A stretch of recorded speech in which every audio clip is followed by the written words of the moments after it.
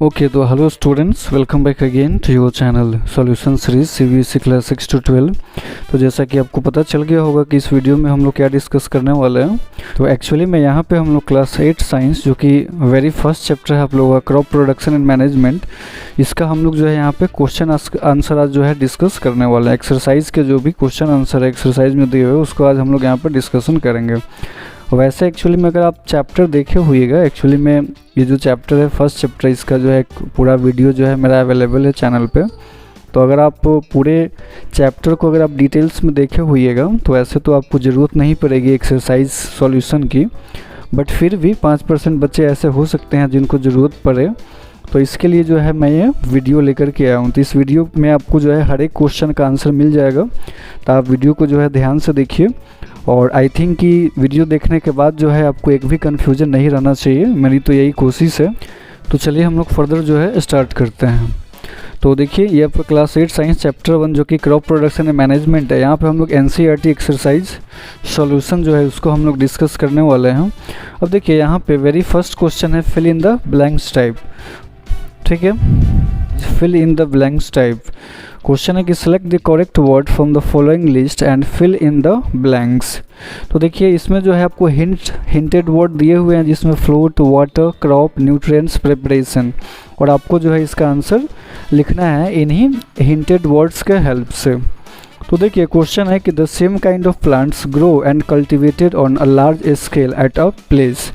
तो एक्चुअली में जब मैं ये चैप्टर डिस्कस कर रहा था उस समय मैंने आपको बताया था कि the same kind of plants grow and cultivated on a large scale, तो उसको जो है हम लोग क्रॉप्स के नाम से जानते हैं।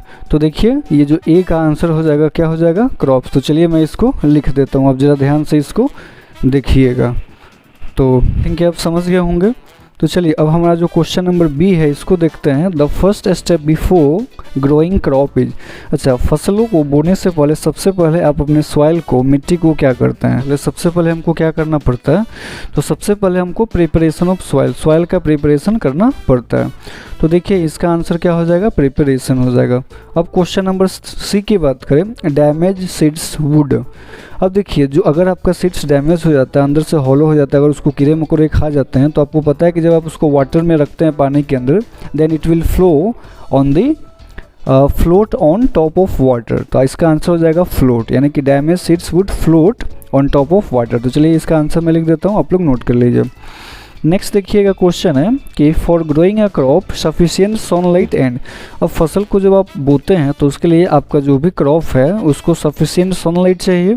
अच्छा, सनलाइट के अलावा उसको क्या चाहिए, आप उसको वाटर चाहिए। तो इसमें आप लिखिए वाटर एंड, अब यहाँ पे क्या लिखिएगा, dash from the soil are essential. तो सॉइल से जो है आपके फसल को क्या मिलता है, तो न्यूट्रिएंट्स मिलता है। तो इसका जो है आंसर आप क्या लिखिएगा, न्यूट्रिएंट्स लिखिएगा। ओके, तो आई थिंक कि आप समझ गए होइएगा। चलिए अब हम लोग जो है नेक्स्ट क्वेश्चन की तरफ प्रोसीड करते हैं, इसका भी आंसर आप नोट डाउन कर लीजिए। नेक्स्ट जो है match the column type question है। इसमें जो है इधर कॉलम ए दिया हुआ है, बी दिया हुआ है, आपको इन दोनों को मैच करना है। तो देखिए सबसे पहले खरीफ क्रॉप, तो आपको इधर बी में बताना है कि खरीफ क्रॉप के कौन कौन एग्जाम्पल है। तो आप जानते हैं कि खरीफ क्रॉप क्या होता है, जो रेनी सीजन या समर सीजन में होता है। तो देखिए यहाँ पे ज़रा ध्यान से देखिएगा कि ये जो पैडी है, मेज है, ये सब आपका क्या हो जाएगा, पैडी हो गया, मेज हो गया। तो ये देखिए खरीफ क्रॉप में आ जाएगा पैडी एंड मेज। ठीक है, अच्छा तो इसको जो है आप लोग खरीफ सीजन में लगाते हैं, यानी कि समर सीजन या रेनी सीजन में। रबी क्रॉप क्या हो गया, जिसको आप विंटर सीजन में लगाते हैं। तो विंटर सीजन यानी कि ठंडी के मौसम में। ज़रा इसका आंसर देखिए कि जो रबी क्रॉप होगा, इसका आंसर आप लोग देखिए, जो रबी क्रॉप है ये आपका हो जाएगा वीट ग्राम पी। ये आप लोग ठंडी के मौसम में लगाते हैं। नेक्स्ट देखिए केमिकल फर्टिलाइज़र। तो ऐसे फर्टिलाइज़र जो केमिकल के हेल्प से बनाया जाता है उसको केमिकल फर्टिलाइज़र बोलते हैं। तो आप ज़रा ध्यान से देखिए कि केमिकल फर्टिलाइज़र में आपका क्या क्या आ जाएगा। तो ये देखिए यूरिया एंड सुपर फॉस्फेट, तो इसको भी हम मैच कर देते हैं, आप इसको भी ज़रा नोट कर लीजिए। ठीक है, अच्छा नेक्स्ट देखिएगा, नेक्स्ट है आपका ऑर्गेनिक मैन्योर। तो ऑर्गेनिक मैन्योर जो कि आप जानते हैं कि है ना, जो एनिमल्स का वेस्ट वगैरह होता है या पेड़ पौधों का वेस्ट, उससे बनाया जाता है। तो ऑर्गेनिक मैन्योर जो है इसमें आपका आ जाएगा एनिमल एक्सक्रेटा हो गया, cow dung, urine and plant waste वगैरह। तो चलिए इसका जो है सी हो गया। तो एक ऑप्शन जो है यहाँ पे एक्स्ट्रा है जो कि फूड फॉर कैटल है, तो इसको हम लोग इग्नोर करते हैं। ओके, तो चलिए हम लोग नेक्स्ट क्वेश्चन की तरफ प्रोसीड करते हैं। क्वेश्चन नंबर 3 बोल रहा है कि यहाँ पे गिव 2 एग्जाम्पल ऑफ विच, आपको जो है दो एग्जाम्पल देना है, खरीफ क्रॉप का और रबी क्रॉप का। तो चलिए इसका हम लोग आंसर देखते हैं। ऐसे तो हम चैप्टर पढ़ाएं तो उसमें सारा आपको मिल ही जाएगा, फिर भी अगर आपको डाउट है तो चलिए हम लोग देखते हैं। सबसे पहले हम देखेंगे रबी क्रॉप। तो आपको चूँकि क्वेश्चन में जो है सिर्फ एग्जाम्पल देना है ना। तो चलिए इसके एग्जाम्पल में आप लीजिए कि रबी क्रॉप क्या होता है, जो विंटर सीजन में आप लगाते हैं, जिनको कम पानी की ज़रूरत होती है, तो वीट, ग्राम पी। ऐसे तो 2 ही एग्जाम्पल बोला है, यहाँ पे हम 3 लिखवा दिए हैं, तो आप अपने हिसाब से लिख लीजिए। नेक्स्ट देखिए खरीफ क्रॉप है। तो खरीफ क्रॉप जो रेनी या समर सीजन में लगाया जाता है, इसका एग्जाम्पल में पैडी हो गया और मेज हो गया, तो इसको भी जो है आप नोट कर लीजिए। Now we will proceed to the next question. Question number 4 लेकर के आ गए हैं आपके लिए। ये देखिए इस क्वेश्चन में आपसे बोला जा रहा है कि right a paragraph in your own words on each of the following. तो देखिए जितने भी टॉपिक्स हैं इनमें हम लोग जो है ऑलरेडी डिस्कस कर चुके हैं चैप्टर में। आप जो है मेरे चैनल में जो है विजिट कीजिएगा, वहाँ पे आपको जो है क्रॉप प्रोडक्शन मैनेजमेंट का जो है प्रेजेंटेशन मिल जाएगा, तो आप वहाँ से देख करके समझ सकते हैं। फिर भी जो है देखिए यहाँ भी जो है हम फर्दर इसको डिस्कशन करेंगे। तो सबसे पहले कि प्रिपरेशन ऑफ सॉइल, इसमें हमको क्या क्या करना होता है, तो आप चलिए यहाँ ध्यान से देखिए। सबसे पहले बोलता है कि preparation of soil is the, जो सबसे फर्स्ट स्टेप होता है जब भी आप प्लांट को ग्रो करते हैं, तो सबसे पहले आपको मिट्टी को तैयार करना पड़ेगा, क्योंकि मिट्टी अगर आपके प्लांट के ग्रो के लायक नहीं है तो उस केस में आप जानते हैं कि आपका जो प्रोडक्शन होगा वो अच्छा नहीं होगा। तो इसी के लिए जो है one of the most important task in agriculture is to turn the soil. सबसे पहले मिट्टी को पलटना जरूरी है, जिसको हम प्लॉइंग बोलते हैं, लूजन। ठीक है, आप इसको लूज करते हैं मिट्टी को, क्योंकि मिट्टी अगर लूज होगा तो आपके प्लांट्स का जो रूट होगा वो काफ़ी डीप जाएगा, और काफ़ी डीप जाएगा तो आपका जो पौधा होगा मजबूती से, है ना, स्टैंड अप रहेगा। मतलब अब आप कह सकते हैं कि अपराइट पोजीशन में वो खड़ा रहेगा, उसको प्रॉब्लम नहीं होगा। यानी कि ऐसे अगर कमज़ोर होगा तो फिर जानते हैं कि तुरंत हवा चले, आंधी आए, या फिर थोड़ी भी अगर हल्की भी हवा चले, आंधी या थोड़ी भी अगर बारिश होती है, तो इस केस में आपका पौधा जो है वो डैमेज हो सकता है। तो जो है ये जो आपका बोला है कि turning the soil and loosening it, इसको हम लोग प्लॉइंग के नाम से जानते हैं। If the soil is very dry तो इट मे नीड वाटरिंग। अब देखिए कभी कभी ये भी हो सकता है कि आपके खेतों की मिट्टी जो है काफ़ी ड्राई है, सूखी हुई है, तो उसको ढीला करने के लिए हम लोग उसको वाटरिंग करते हैं, पहले उसमें पानी हम लोग डाल देते हैं बिफोर प्लाविंग। अब है कि लेवलिंग। अब जो है कि जब आप प्लाविंग कर देते हैं तो मिट्टी जो होता है ना, वो काफ़ी मिट्टी के बड़े बड़े क्रम्स होते हैं, तो उनको तोड़ना बहुत ज़रूरी है, उनको एक लेवल में जाना, यानी कि काफ़ी सॉफ्ट बनाना ज़रूरी है। तो उसके लिए आपको लेवलिंग करना पड़ता है। लेवलिंग कैसे करते हैं, तो इसके लिए लेवलर होता है। ये सारा इमेज वगैरह जो है हम सब बताए हुए हैं, आप देख लीजिएगा, वहाँ चैप्टर में विजिट करके जाके देख लीजिएगा। तो levelling the field is beneficial for sowing as well as for irrigation. ठीक, अच्छा, इसके अलावा है कि एडिंग फर्टिलाइज़र। अब हम लोग क्या करते हैं कि मिट्टी में कुछ फर्टिलाइज़र डालते हैं, क्योंकि कुछ खास प्रकार के जो है न्यूट्रिएंट्स होते हैं जिसकी ज़रूरत होती है कुछ खास फसलों को, तो उसके लिए फर्टिलाइज़र डालना हम लोगों को ज़रूरी है। नेक्स्ट है कि रिमूविंग द वीड्स। इसके अलावा आपको क्या करना है कि वीड्स को रिमूव करना ज़रूरी। तो वीड्स क्या होता है, तो देखिए वीड्स का मतलब हुआ कि ऐसे कुछ अनवांटेड पौधे होते हैं जो आपके मेन जो क्रॉप्स है उसके साथ साथ उगाते हैं, जिनकी हमको ज़रूरत नहीं होती। वो बिन बुलाए मेहमान जिसको आप बोलते हैं वो होते हैं, है ना, वो आ जाते हैं और हर कुछ जो है आपका जो मेन प्लांट है उसके साथ वो शेयर करने लगते हैं। तो ये जो वीड्स है इसको हटाना काफ़ी ज़रूरी हो जाता है। And breaking the crumbs are also some of the basic requirements for the preparation of soil. तो ये कुछ बेसिक रिक्वायरमेंट्स है जो कि आपको करना बेहद ज़रूरी है। तो ये पहला जो है आपका प्रिपरेशन ऑफ सॉइल, ये आपका कंप्लीट हो गया। तो चलिए हम लोग नेक्स्ट जो है प्रोसीड करते हैं। नेक्स्ट में है कि सोविंग। तो देखिए सोविंग का मतलब होता है कि बीजों को खेत में बोना। तो इसमें हम लोग को क्या लिखना है, इसका आंसर आप देखिए ज़रा कि sowing is an important part of crop. ये आप लिखिएगा कि बीज बोना ये काफ़ी इंपॉर्टेंट होता है क्रॉप के लिए, क्रॉप के प्रोडक्शन के लिए। Before sowing good quality clean and healthy seeds of good variety. अब देखिए बीजों को बोने से पहले, अब ऐसा नहीं कि कोई भी बीज लेकर के खेत में डाल दिए। आपको बीज को बोने से पहले आपको हेल्दी सीड्स का सिलेक्शन करना काफ़ी ज़रूरी होता है। तो इसके लिए आप क्या कीजिएगा कि जो गुड क्वालिटी है, क्लीन एंड हेल्दी सीड्स है, इसको आपको प्रेफर करना है। गुड वैरायटी का होना चाहिए, आर सेलेक्टेड, ये होना चाहिए। अब बोले कि farmers prefer to use seeds which give high yield. अब फार्मर्स जो है ना वैसे सीड्स को सेलेक्ट करना प्रेफर करते हैं जो आपको काफ़ी ज़्यादा हाई पैदावार दे, हाई प्रोडक्शन दे। यील्ड का मतलब क्या होता है कि जिससे आपको प्रोडक्शन काफ़ी हाई मिले। तो आई थिंक कि आप इसको भी समझ गए होइएगा। तो चलिए हम लोग फिर नेक्स्ट क्वेश्चन प्रोसीड करते हैं।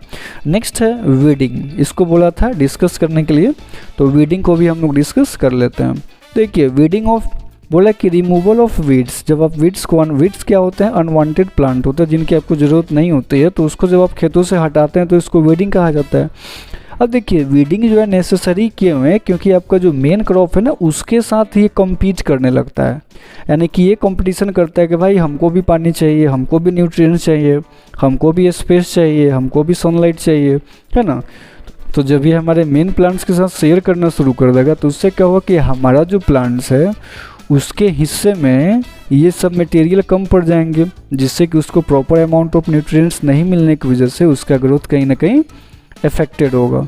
तो thus they effect the growth of crop. The best time for remove. अब देखिए ये भी कहता है कि जब आप वीड्स को हटाते हैं तो सबसे अच्छा टाइम क्या है कि वीड्स में जो फूल हो गया या बीज हो गया ये पकड़ने से पहले आप उसको खेतों से निकाल दीजिए।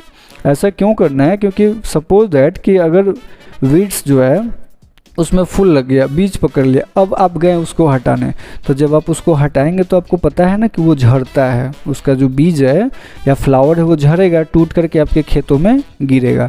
अब आप पौधा को तो हटा दिए लेकिन उसका जो बीज गिरा, अब वो बीज तो फिर से नया पौधा क्रिएट कर देगा ना, वो बीज फिर नए पौधे को जन्म दे देगा, तो फिर आपको डबल मेहनत करना पड़ जाएगा, तो फिर कोई फ़ायदा ही नहीं हुआ इसको रिमूव करने का। तो इस चीज़ को ध्यान रखना है कि वीड्स को हटाने का भी एक टाइम होता है कि उसमें फ्लावर सीड्स पकड़ने से पहले आप उसको हटा दीजिए। तो कैसे इसको हटाते हैं कि एक तो तरीका है कि आप उसको अपरूटिंग कर दीजिए। अपरूटिंग जो है सबसे अच्छा मेथड माना जाता है, क्योंकि जब आप इसको जड़ से ही उखाड़ देते हैं ना तो दोबारा इसके पनपने का कोई चांस नहीं होता है। या फिर कभी कभी हम लोग जो है ग्राउंड के लेवल से काफ़ी नीचे से खुरपी वगैरह की मदद से उसको काट देते हैं। तो काटने से ये दिक्कत ये है कि वो फिर से ग्रो कर जाता है, क्योंकि रूट्स तो उसका रहता है, तो वापस से उसमें नए पौधे जो है उसी रूट से डेवलप हो जाते हैं। तो ये जो है टाइम टू टाइम आपको फिर जो है उसका कटिंग करते रहना पड़ेगा, क्योंकि आप एक बार कट कर दिए फिर जो है अगली बार वो धीरे धीरे उसका पौधा ग्रो कर जाएगा। तो वीड्स आर ऑल्सो कंट्रोल्ड। अब दोस्तों देखिए इसके अलावा जो है इसके अलावा कुछ केमिकल्स होते हैं जिनका आप वीडीसाइड वगैरह इसका आप स्प्रे कर देते हैं खेतों में, जिसमें एक केमिकल है 2,4-D, ये काफ़ी ज़्यादा मात्रा में यूज किया जाता है ना। तो इसके अलावा जो है DDT वगैरह इसका भी इस्तेमाल हम लोग करते हैं। तो ये सब देखिए कुछ केमिकल्स हैं जिनका इस्तेमाल आप करके जो है वीड्स को कंट्रोल कर सकते हैं। नेक्स्ट डिफाइन करने के लिए बोला था थ्रेसिंग। तो देखिए इसमें हम लोग को क्या करना पड़ेगा कि जो थ्रेसिंग है इन द हार्वेस्टेड क्रॉप, देखिए the grain seeds need to be separated from the chaff. अब देखिए इसमें क्या होता है कि जो आपका जो ग्रेन सीड्स है, जो अनाज हो गया, उसको आप भूसी से अलग करेंगे। जब आप थ्रेसिंग करेंगे तो अनाज भूसी से क्या होगा, अलग हो जाएगा। इसी प्रोसेस को हम लोग थ्रेसिंग के नाम से जानते हैं। ये थ्रेसिंग जो है कैसे होता है, तो with the help of machine called combine, इसको आप कंबाइन मशीन के नाम से जानते हैं। अच्छा, विच इज इन फैक्ट, अब देखिए जो कंबाइन मशीन होता है ये हार्वेस्टिंग का भी काम करता है, यानी ये दोनों काम एक साथ कर देगा, आपके फसल को काट भी देगा और साथ ही साथ उसका जो है थ्रेसिंग करते भी चलेगा। तो थ्रेसिंग का मतलब हो गया कि प्लांट को और सीड से बिल्कुल अलग कर देना, तो इसको हम लोग थ्रेसिंग के नाम से जानते हैं। तो चलिए आई थिंक आप समझ गए हो, इसको आप अपने फेयर में नोट कर लीजिए ताकि आपको जो है बार बार वीडियो को नहीं देखना पड़े।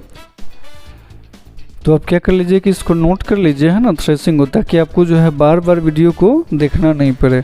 एक बार आप एक प्रॉपर नोट्स बना लेंगे ना तो उससे क्या होगा कि अब आप अपने नोट्स से ही इसको दोबारा जब भी आपको रिवीजन करने का टाइम मिलेगा, जब भी आपका एग्ज़ाम आएगा, तो आप खुद अपने नोट्स से इसको दोबारा रिवाइज कर सकते हैं। तो इसलिए जो है आप अपने एक प्रॉपर नोट्स बनाते चलिए साथ साथ। ये देखिए ये काफ़ी इंपॉर्टेंट क्वेश्चन है आपके लिए। Explain how fertilizers are different from manure, बताना है कि कैसे फर्टिलाइजर्स और मैन्योर में क्या डिफरेंसेस है। तो ये क्वेश्चन हम लोग वीडियो में डिस्कस कर चुके थे, फिर भी चलिए हम लोग यहाँ पे एक बार देख लेते हैं। तो चलिए इसके थोड़ा हम जूम करते हैं ताकि आपको क्लियरली दिख जाए।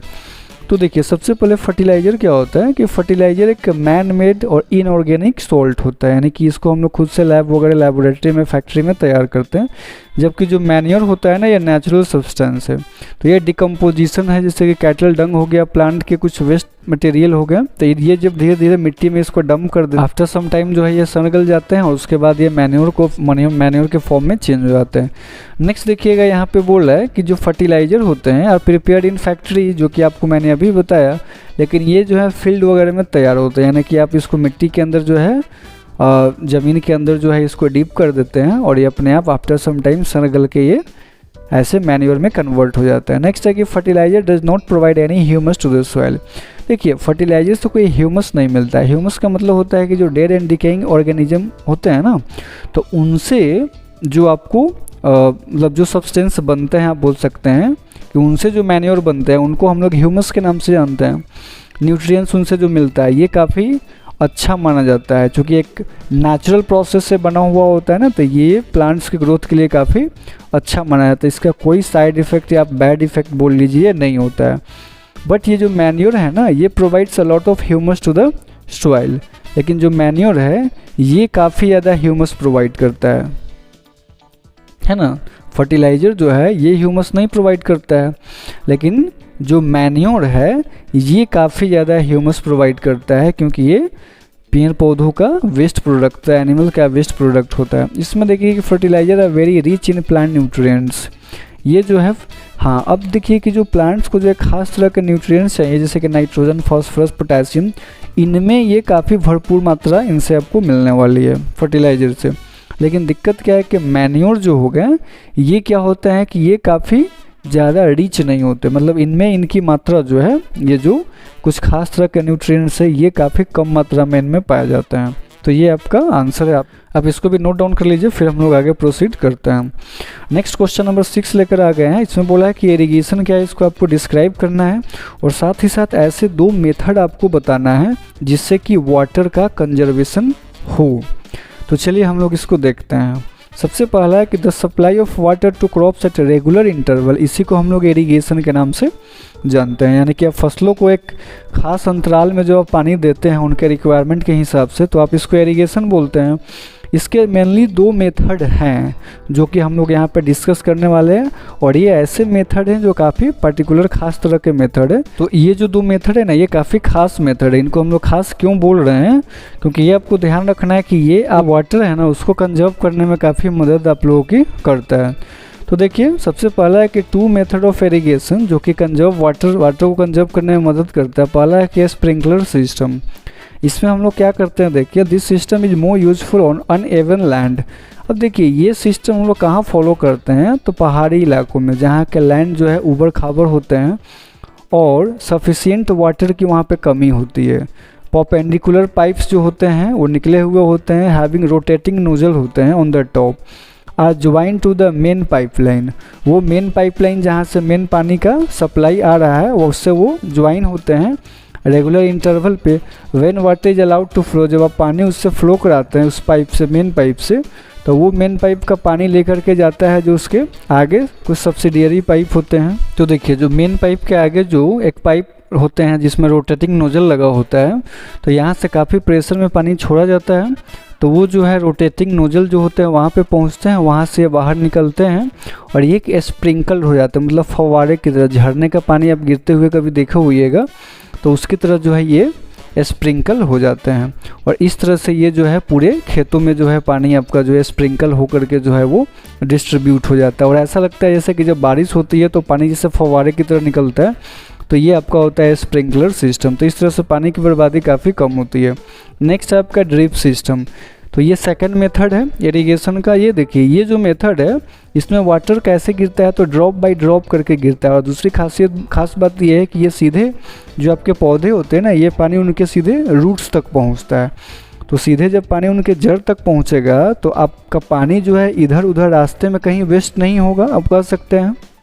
तो चूँकि ये ड्रिप बाय ड्रिप या ड्रॉप बाय ड्रॉप जो है पानी डायरेक्टली प्लांट्स के रूट्स तक गिराए जाते हैं, तो इसी के लिए हम लोग जो है इसको ड्रिप सिस्टम के नाम से जानते हैं। और ये काफ़ी बेस्ट टेक्निक है फॉर वाटरिंग फ्रूट प्लांट्स। ऐसे जो फ्रूट प्लांट्स होते हैं या फिर जो गार्डनिंग वगैरह करते हैं, तो उसमें जो फ्लावरिंग प्लांट्स वगैरह होते हैं या कुछ ट्रीज वगैरह होते हैं जो फ्लावर ट्रीज होते हैं, तो उनके लिए काफ़ी अच्छे टेक्निक माना जाता है। दूसरी खास बात ये है कि यहाँ पे water is not wasted at all, यहाँ पानी की बर्बादी बिल्कुल न के बराबर होती है। तो कहा जाता है कि ये जो है ना एकदम से बूंद साबित होता है वैसे रीजन में जहाँ पानी की अवेलेबिलिटी जो है काफ़ी कम है। यानी आप बोल सकते हैं कि पानी जहाँ पे बहुत कम मात्रा में मौजूद होता है ना, वहाँ पे ये एक वरदान की तरह काम करता है। नेक्स्ट क्वेश्चन लेकर के आए हैं आपके लिए कि क्वेश्चन बोल रहा है कि if wheat is sown in the kharif season what would happen. आपको बताना है, आपको डिस्कस करना है अपने दोस्तों के साथ, अपने क्लासमेट्स के साथ कि सपोज़ कि जो वीट जो कि गेहूं का फसल है, अगर आप इसको गलती से खरीफ सीजन में बो दिए या फिर अगर आप खरीफ सीजन में बोते हैं तो इसके क्या कॉन्सिक्वेंसेज होने वाले हैं, यानी कि क्या इसका परिणाम आपको देखने को मिल सकता है। ठीक है, इसको हमको डिस्कस करते हैं। आप जानते हैं कि जो वीट जो है हमारा ये एक्चुअली में एक रबी क्रॉप है, तो आपको इसको जो रबी क्रॉप है तो आपको उसी के अकॉर्डिंग सीजन में आपको इसको बोना पड़ेगा। ठीक, देखिए हम लोग डिस्कस करते हैं इसका आंसर कि वीट रबी क्रॉप है, तो रबी क्रॉप का मतलब क्या हुआ कि वैसे क्रॉप जिनको कोल्ड क्लाइमेटिक कंडीशन की ज़रूरत पड़ती है ना। तो सपोज दैट कि अगर आप इसको खरीफ सीजन में बो देते हैं तो उस केस में क्या होगा कि ये डिस्ट्रॉय हो सकता है। क्यों? क्योंकि आप जानते हैं कि खरीफ सीजन में जिसको हम लोग रेनी सीजन बोलते हैं, समर सीजन बोलते हैं, हमारे इंडिया में काफ़ी ज़्यादा बारिश होती है।